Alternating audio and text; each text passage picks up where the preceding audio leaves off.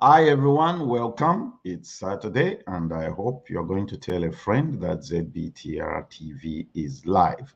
We welcome you to this special Mother's Day weekend. Don't forget to reach out to your mom, express your love, although it's something we're supposed to be doing every day because mothers are special people and they do amazing and exceptional things. Okay, today we have a special show. We have a friend of the show. She's been here, I think this is the third time. And I think our organization and ZBTR have basically like grown together because she's celebrating 20 years of the organization and we are at 16, I believe. This is our 16th year. All right, let's go to Lusaka, Zambia and welcome Julie Ann, who is the co-founder and executive director of African Education Program. Hi, Julie. Welcome back. Hi, Nathan. Thank you so much for having me. So how is Lusaka today? It's beautiful, actually. There's a bit of clouds, so it's not too hot. It's the perfect temperature, so it's really quite nice. So yeah, it's a beautiful day. I believe you guys are going into summer in that part of the world, right? We're going into winter. Aren't you going into summer? Winter. I'm thinking about where I am. You guys are going into winter and we are going into summer. Congratulations, Julie, 20 years already. Thank you. Yes. Oh my goodness. So this is what I want us to do. Before we start this conversation, I want us to do this for somebody who has never doesn't know anything about AEP, which is African Education Program, and they are seeing you for the first time.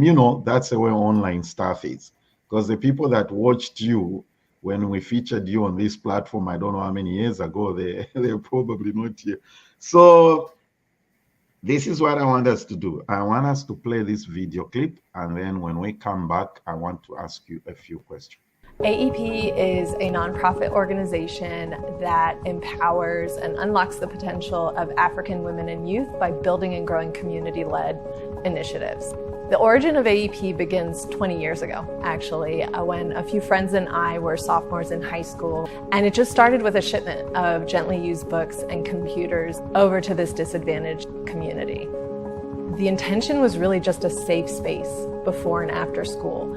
That looks today like tutoring programs, scholarships so that high school graduates can go to college, reproductive health, menstrual health, entrepreneurship and financial literacy, arts, creativity, problem solving. But the most important piece is that leadership development that's woven into all of our programming.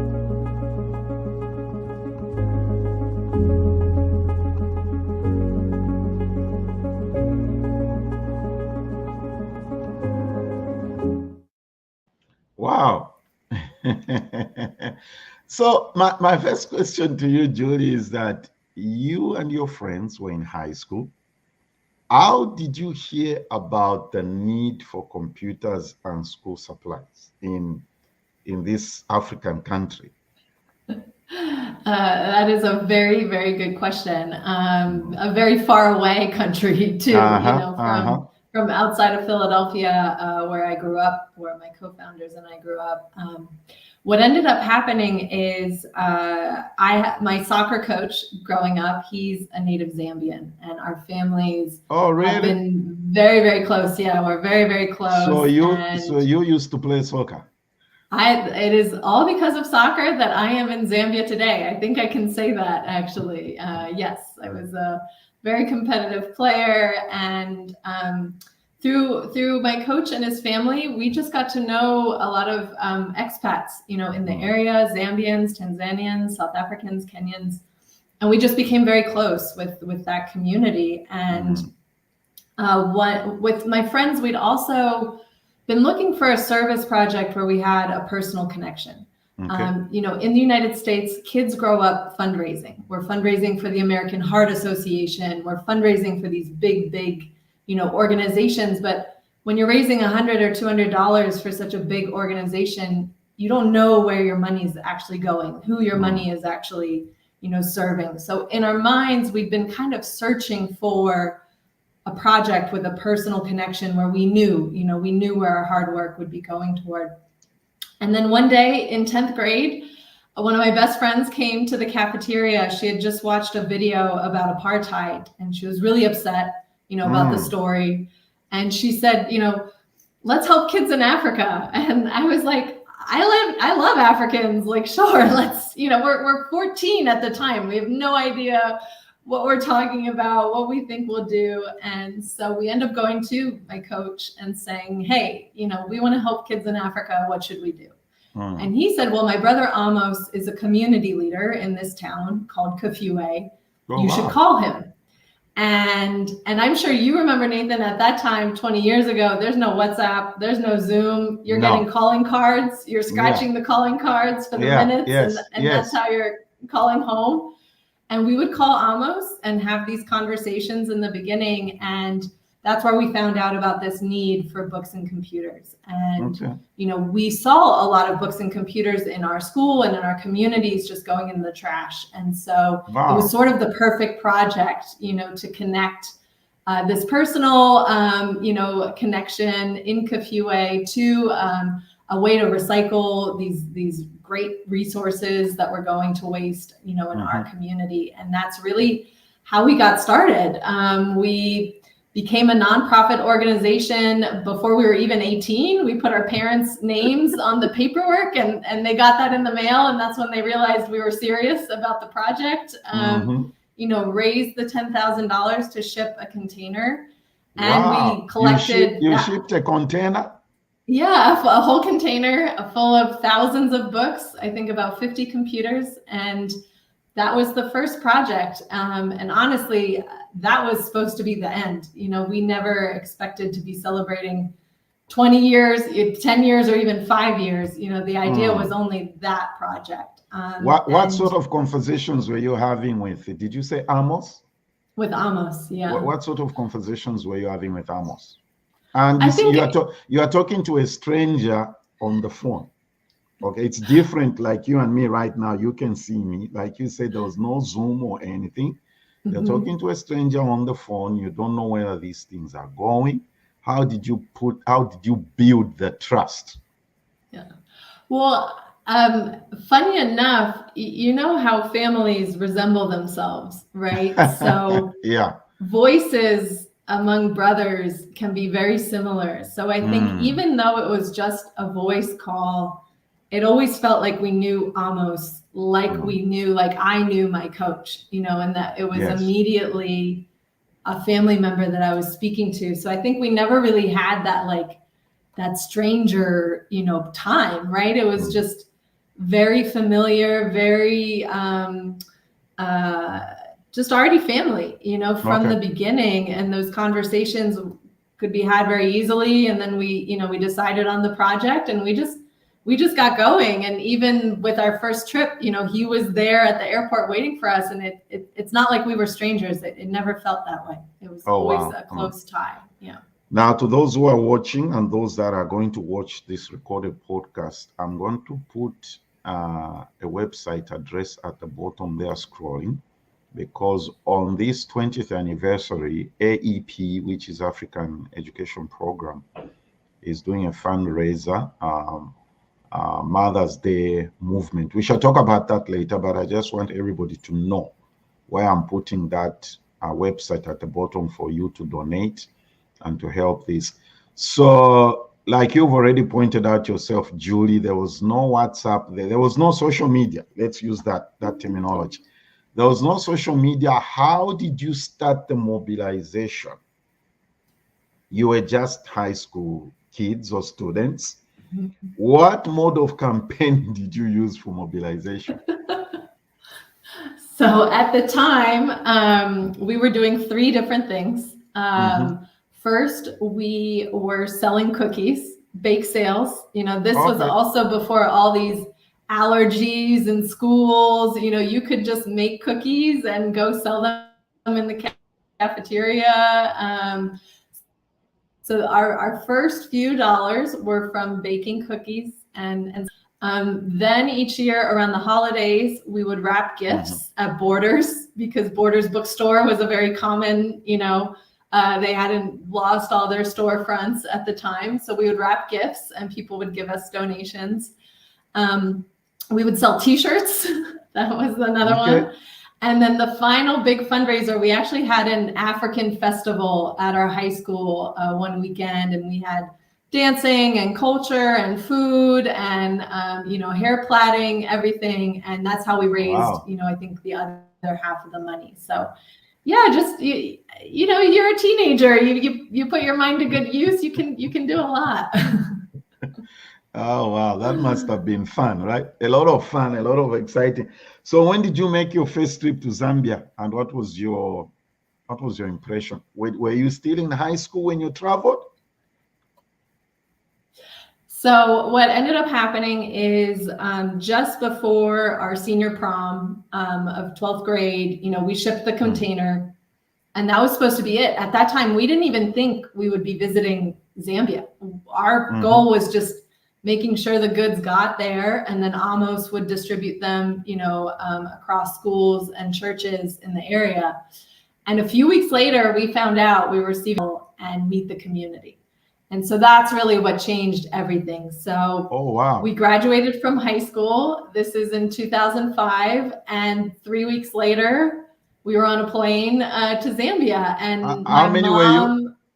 We were 3 co-founders and my mom, because my mom was the coolest parent. So we decided she would be our chaperone because no one wanted their 3. I turned 18 on that trip. So, 3 18-year-olds going to this place called Zambia. Our parents weren't letting us go alone. So she was our chaperone. And that's what really changed everything. That trip changed everything. What were we expecting? We thought it would be hot, and we were there in late June, so it was cold. And other than that, I think I didn't have a lot of expectation. Again, this is at a time where there's no social media, there's much less media in front of you. Your world is really the neighborhood you're growing up in. Again, I was a soccer player, I was fully focused on soccer. I'd been fortunate enough to travel. I'm half French, so I'd been to Europe a lot. But I don't know that there was any expectation, in our head. I think we still thought that everyone there probably lived in huts and you arrive to a city like Lusaka and it's totally not what you're expecting. So yeah, a lot of unexpected things. But what really struck us was how kind, Zambians are, how welcoming, how hospitable. It truly is a unique country, I think, in that sense. So what was the first thing you requested to see, or where? I know you had no idea where you were, but what was the first thing you wanted to see? What was the first thing you were eager to do? What was that first thing? Well, I'll say that the first thing we did do had nothing to do with the first thing we wanted to do, because we ended up missing our flight. We were 24 hours late. We actually landed in Lusaka the evening of my mom's birthday. Oh, wow. And we get taken to O'Hagan's, that I'm sure there's plenty of people on this call who know what I'm talking about. At the time was at Woodlands Mall, I believe. And, okay. At Woodlands and Mall. that's the first thing we did when we went to Zambia. So that was nothing like what we were, expecting or wanting. I think for us, it was really about meeting the community, meeting our peers. That was truly what we were there to do. What we wanted to do was to understand this place that would be receiving these goods and computers, and how would they help, with the hope that they would help. And so that's what changed everything, was going to Kafue, meeting our peers, because we're meeting our peers at the time, finding out about their lives. What do their lives look like? What do their schools look like? And that's what changed everything, because in speaking to them, they're the ones who said, why don't you open a center so that all the books and computers go in one place instead of getting distributed? Being distributed everywhere. Yeah, you just got on to, you just mentioned something that was going to be my next question. So the establishment of a AEP program center came from, what am I trying to say? Came from the desire of the community members. Yes. Absolutely. It was so then speaking to the youth. What was it like? What steps did you take to establish this place? So we had that first, trip. Where we're, again, speaking to the youth, speaking to these community leaders. And then I think, we really left with the idea that we would be back in a year and try our best to open that center. And this is where my mom, really her part in this story is so important, because the co-founders were going to college. We weren't looking to really run a nonprofit, while we're starting this whole chapter. So my mom, just as a part-time volunteer, for the next 7 years, actually would, be leading things. But those steps were really, I think, continued conversations for some time with Amos, but very sadly, 6 months later, Amos passed away. And so that's why the center in Zambia is actually called Amos Youth Center in his name and in his legacy, because we never could have done this without him. And so, but we, kept in touch with other community leaders that next year, and raised, I believe, $15,000, to be able to rent a space. And within Kafue? Yeah, they're in Kafue. So we came back in 2006, and that's what we did. I remember painting the house and, putting bookshelves in and getting the books set up and the computers set up. And it was all volunteer at that time, and I think we had about 25 youth, coming through the doors in the beginning, but it was really simple steps. We've grown very, very organically over these years. So what type of programs or projects go on there? Because from your video clip, you talk about empowering. What sort of programs go on at the Amos Center? So what we say is that we take a holistic approach to learning and leadership development, because what we found is when you only focus on one challenge that a child is facing, you may be able to open that door for the child to overcome that challenge.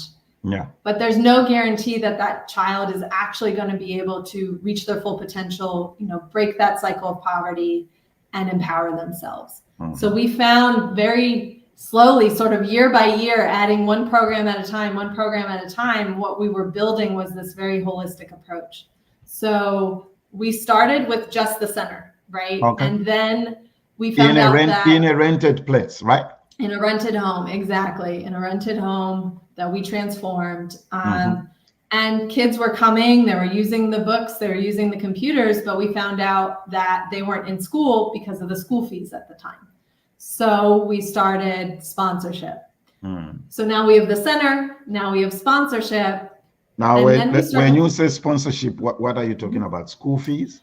School fees. We would pay the secondary school fees, because at the time there were still those mandatory secondary school fees. And then eventually we would start paying for college and university. How were you identifying who to pay whose school fees?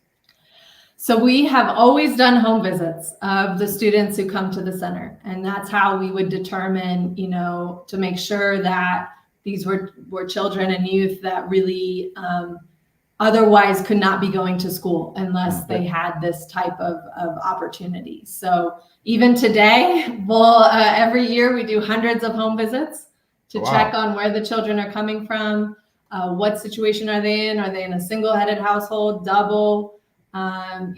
What type of jobs do their parents have, if they have any? So we still do hundreds of home visits every year. Yeah. So that's how we determine it. Then we found out, well, they don't have 3 meals a day. They might not even have 2 meals a day. They might not even have 1 meal a day at home. So if you have your center and you're paying for their school fees, but they're hungry, what's the point? Your money is still going to waste, right? So we started a nutrition program.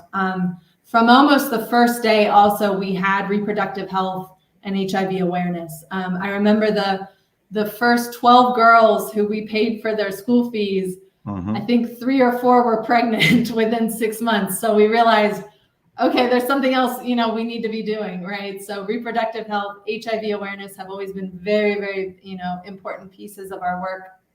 That has then grown into menstrual health and distributing reusable menstrual products. Then we got more and more into the academic support, the tutoring that we do. Then we got into special education, entrepreneurship, financial literacy, arts and creativity have also been programs that we've done for a very long time. So essentially everything that a child is not getting in school, we're trying to have a program that exposes that child to those skills or that knowledge, or a program that really opens that door so they can overcome a challenge in their life. And I believe we have a dozen programs and nearly a dozen clubs, that go on at the center on a daily and weekly basis for the children and the youth. You do a lot, Julie. Yeah. You do a lot.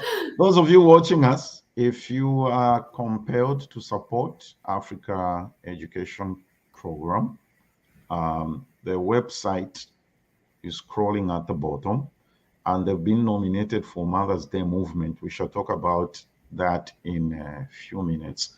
Before I ask you to talk about the 5 milestones in the last 20 years, I know that's 5 out of for 20 years, right?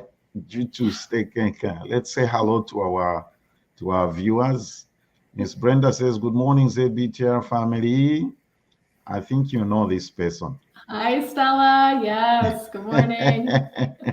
Stella says, "Good morning." That's in Pennsylvania, your home state. Exactly. Pastor Alan in Florida also says, "Good morning."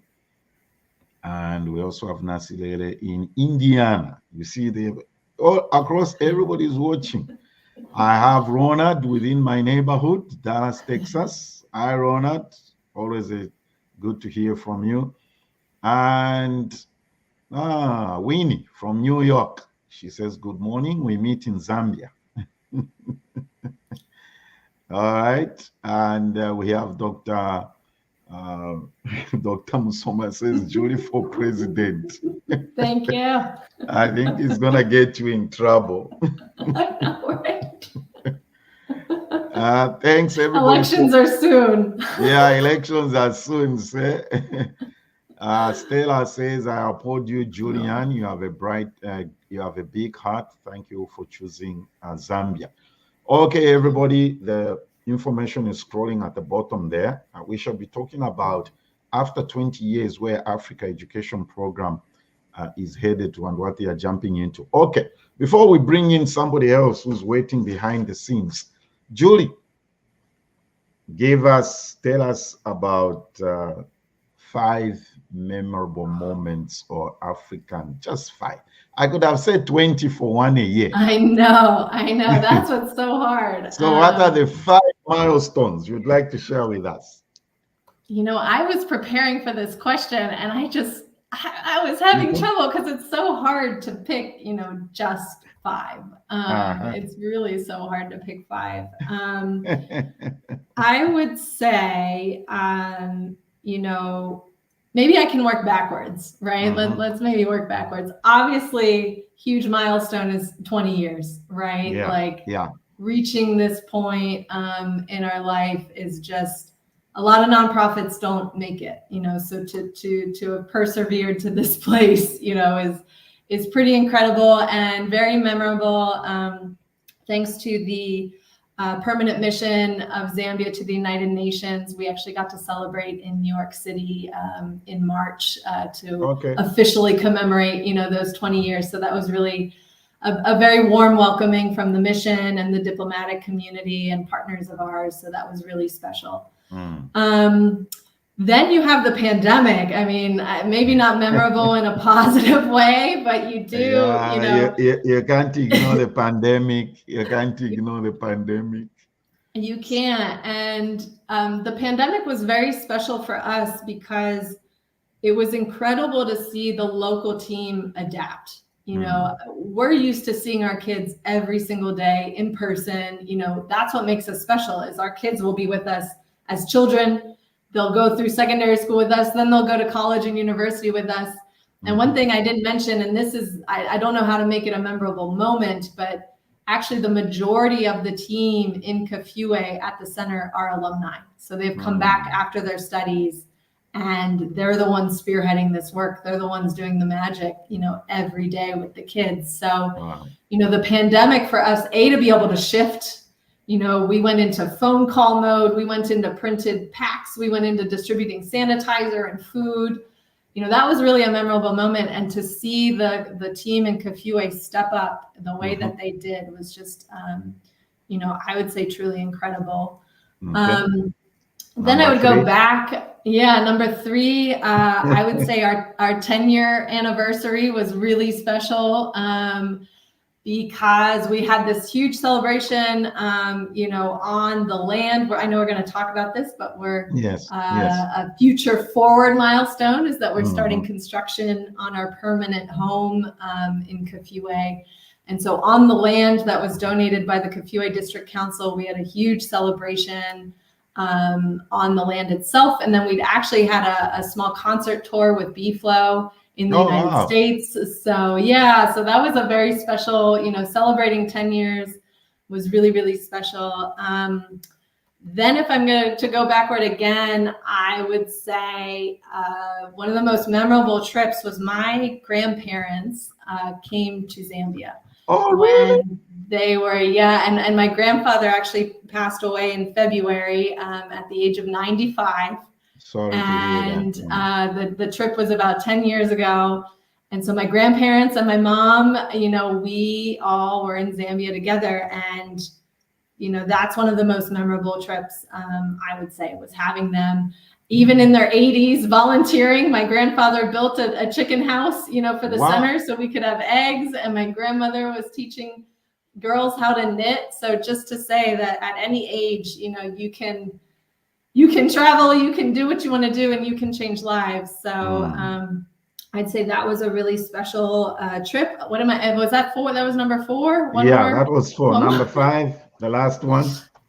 Number 5, the last one, honestly, it just has to be, even though if it was at the way beginning, it has to be that first trip. First trip was so special. Meeting that community, being with Amos, creating this vision, for a center in this community, going to Victoria Falls for the first time, that's incredibly memorable as well. I have to say that one, it stands out. So amazing. Okay. Thank you. What we are going to do is bring somebody who is going through AEP and hear their story and journey. Let's look at.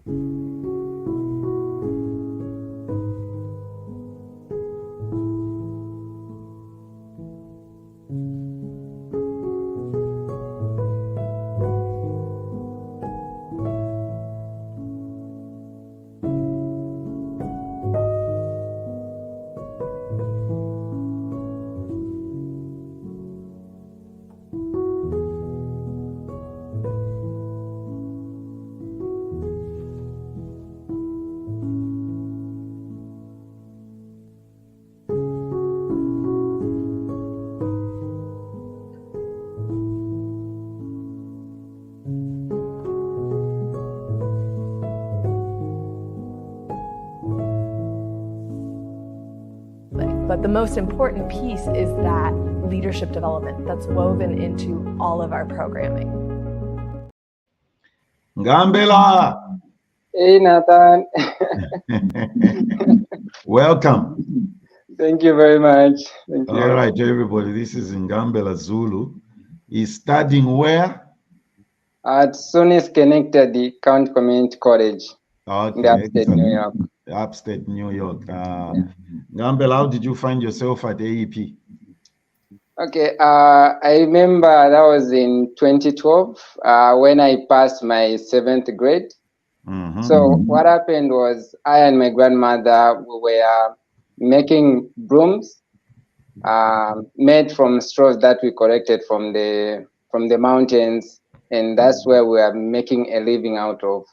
Okay. So I and my grandmother, we made brooms we were selling to raise the money for me to go to my 80th grade. So when we thought the money was enough, we went to Shikosu Secondary School for my grandmother to enroll me for grade 8. So when we got there, we found out that the money we had was just for uniform and for just materials. So my grandmother explained to the school the situation to allow me into the school as she looked for money, but they said we can't because we need at least a 50% of the school fees. So my grandmother tried, it was not possible. Then I just told my grandmother, Granny, don't worry, let's just leave the school thing. I'll be working and find money for us to eat. That's what is important. My grandmother said, no, I didn't go to school. You have to go to school. I said, but it's impossible. I can't go. We don't have money. So on our way out of the school, we met this lady who know my grandmother, and she asked, is Ngambela going to start school here? She said, no, probably maybe next year, if possible. I said, why?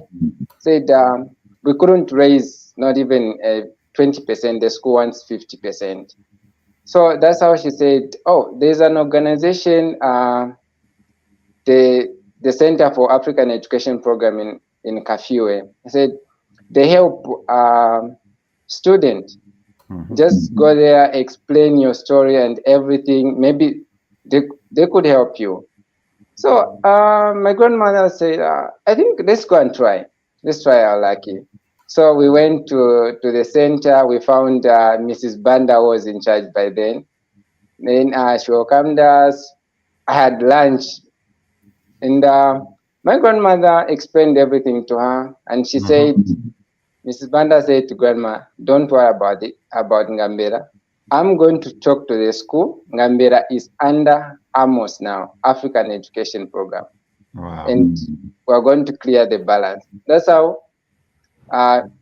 they told me to come back the following day so that someone from African Education Program can take me to school. When we went to the school, I don't know if it was Mrs. Banda who took me there. I've forgotten. The person went into the office. When he came out, he said, "You can go to class." That's how I was directed to class, and I started learning from there. And then I was told to be coming to African Education Program Center. There was extra lessons. I would have learned, having lunch every day, and that's how I made African Education Program. Well, amazing. So what sort of programs did you experience or participate in at AEP? So while I was in my high school, I participated in Boys Talk. There was different activities like sports, football by then. I remember. Then that was like almost every Friday. Then from Monday through Thursday, we have extra lessons where the seniors were teaching us. Like, for example, if I'm having challenges in biology, science, they were there to help me until I improve. Tell us about Boys Talk. What were you talking about? Stock. So, Boys Talk was one of my interesting activity because we got to know ourselves, like who the boy is and how you have to keep yourself healthy as a boy. Like, for example, I can talk of like boys, what we go into, like drugs, drinking and all that. So it was an open talk where they tell you exactly what is around a boy. So this is what drugs do to us, like going after girls, this is what will happen to you and how it will affect your school performance. Yeah, incredible stuff. So Ngambela, tell us about your so maybe, I don't know, you can both respond to this. So Julie, Ngambela finds himself in New York at the college. How did that happen? That's a good question. So we had a very privileged opportunity to partner with SUNY Schenectady.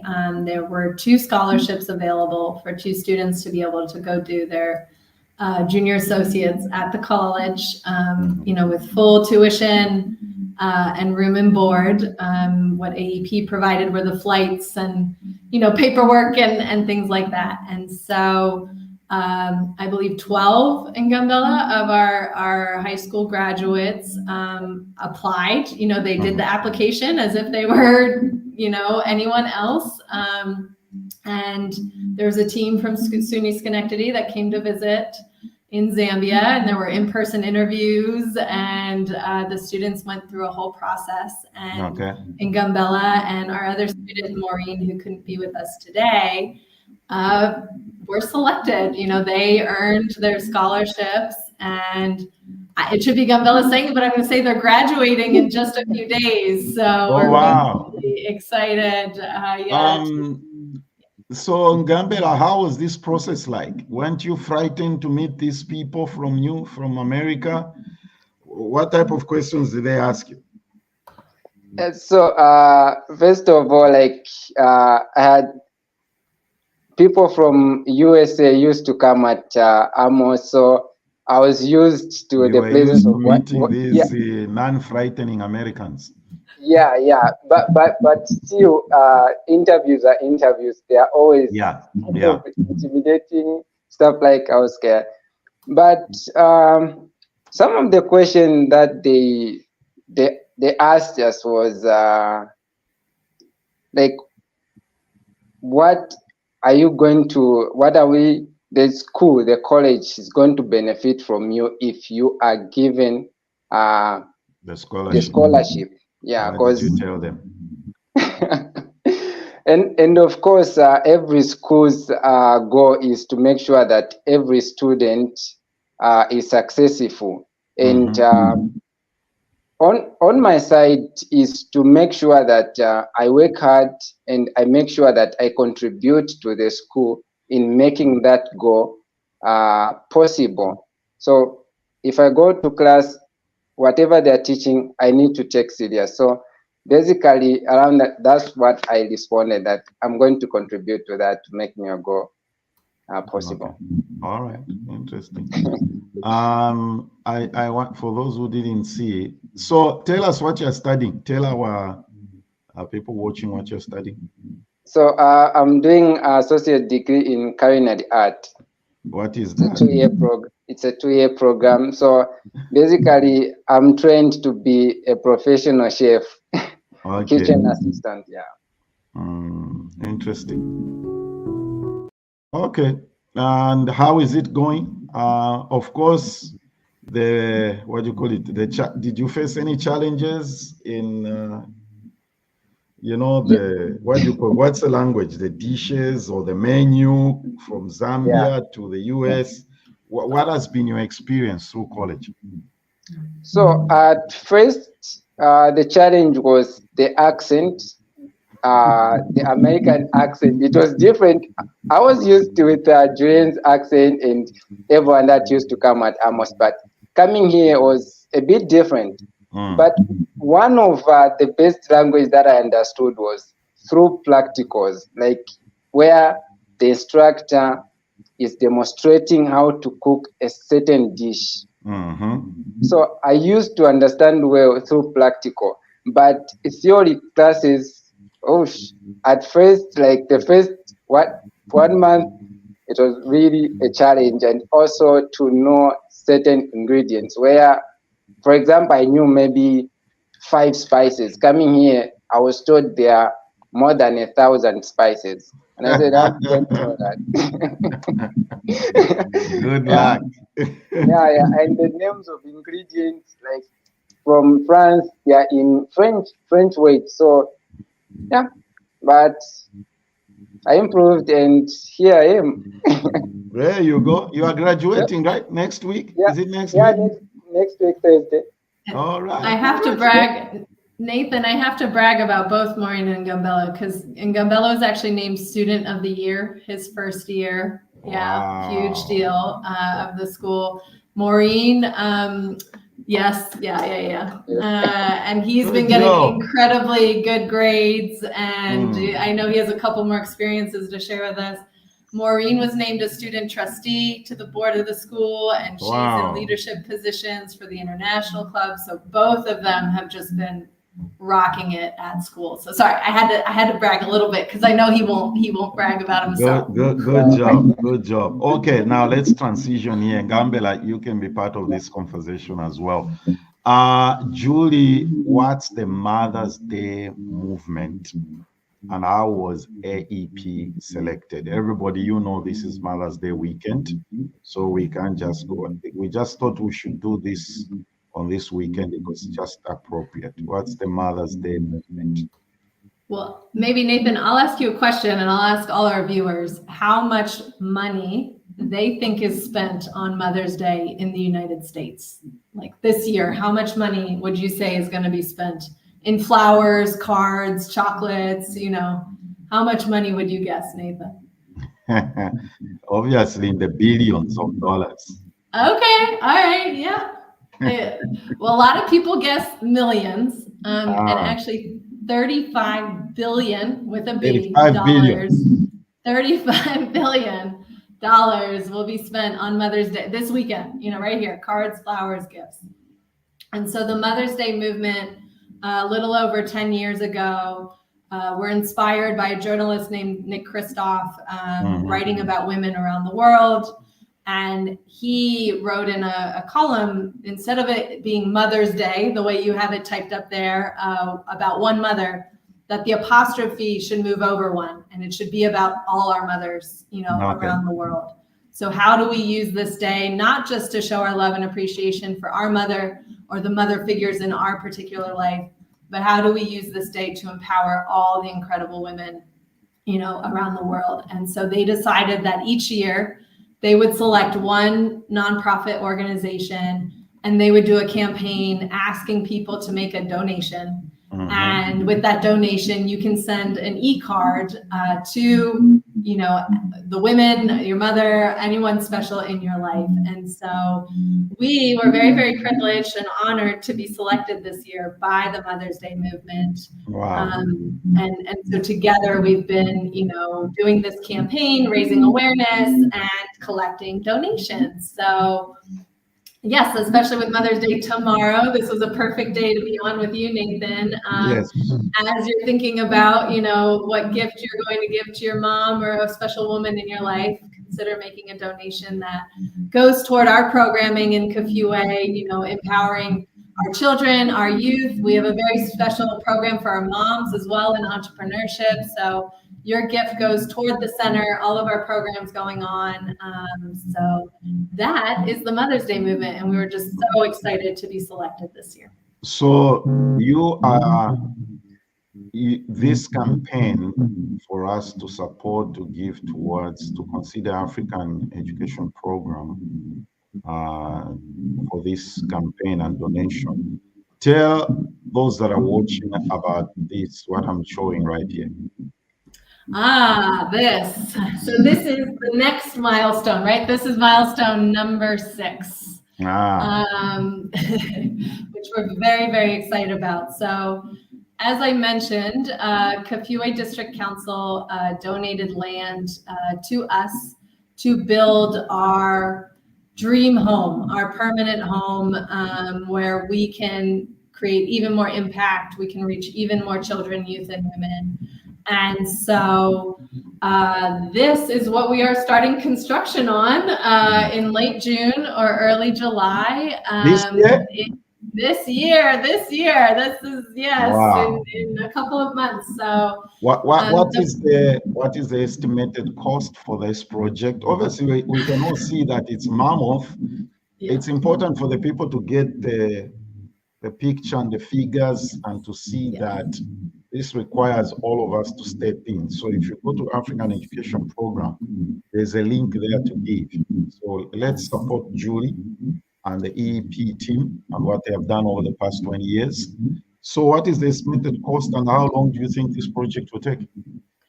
So the cost, it's a $1.5 million building. And you know, what we really realized is we probably could have built it for a third or half, and it would have been a structure that is fine. You know, we could have continued to do our work, but we want this building to set a precedent for what learning and leadership development spaces can and should look like in Zambia. Every child in Zambia deserves to be in a space where they can dream, where they can believe in themselves, you know, where they can say, I'm going to become president one day, or I'm going to become minister of health, or I'm going to be a leader in my community in this way.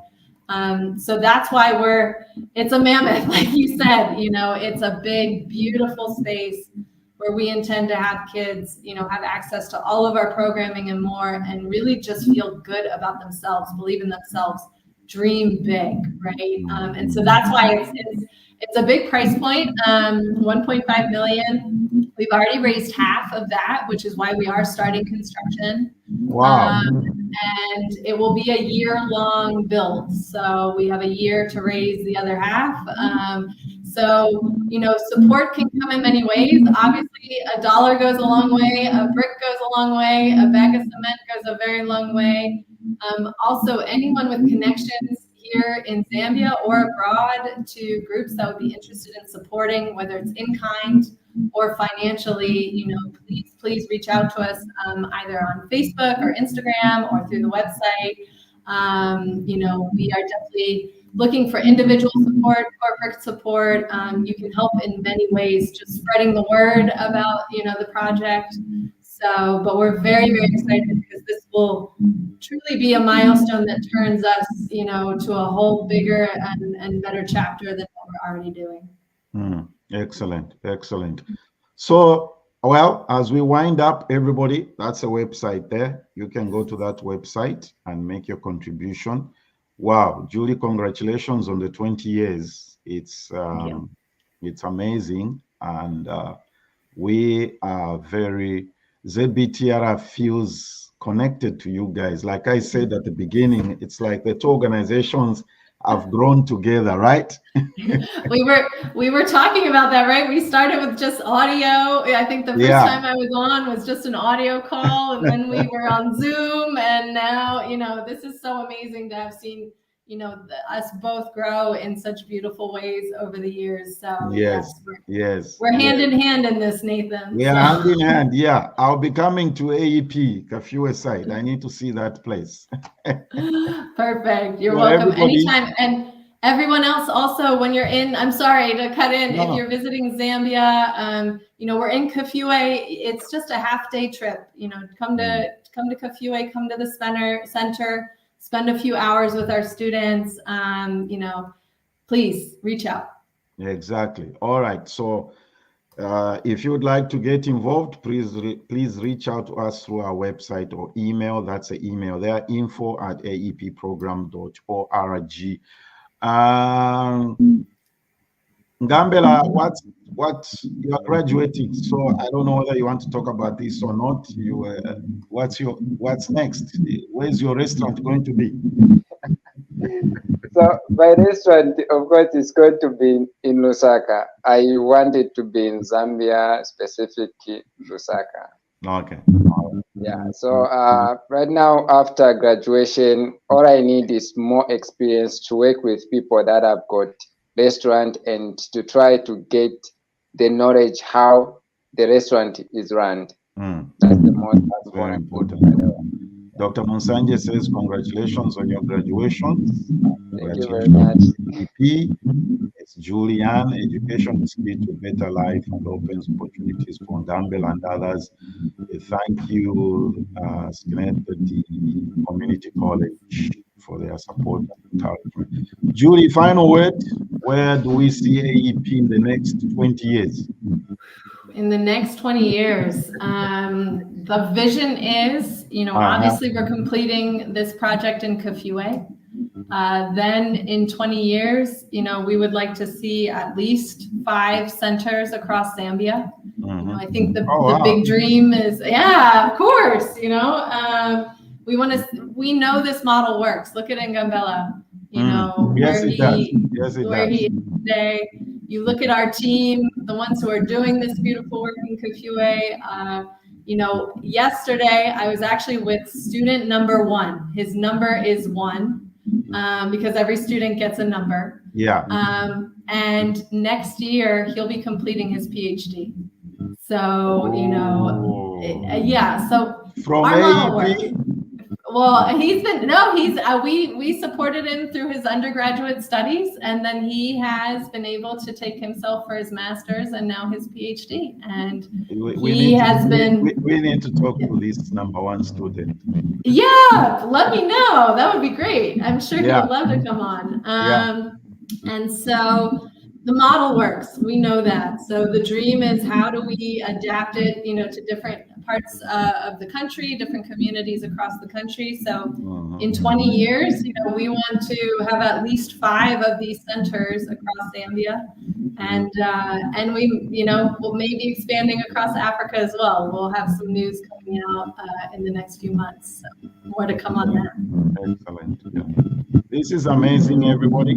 And we wish you all the best, Julie, and good work. Ndambele, congratulations on your graduation. I look forward to come and eat at your restaurant very soon. You're welcome. I know. Julie, get me connected to that number 1 student. I will. And, we shall. We need to follow up on these things. And congratulations again. It's always a joy to have you here. Thank you. Same here. Thank you for having me, and wishing everyone, all the moms in the world, a very happy Mother's Day. And thank you, everyone, for your support. And Nathan, it's always a pleasure. Thank you. Thank you. It's always a joy to have you here, Julie, and to the team and everybody else. All right, everybody, don't forget to wish your special people happy Mother's Day.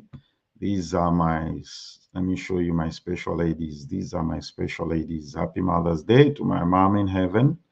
Happy Mother's Day to my amazing wife, and happy Mother's Day to my mother-in-law right there in the middle, okay?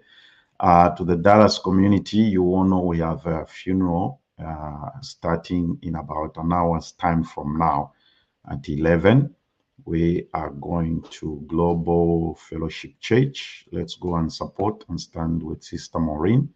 She lost a child. That's a very, very difficult thing to go through.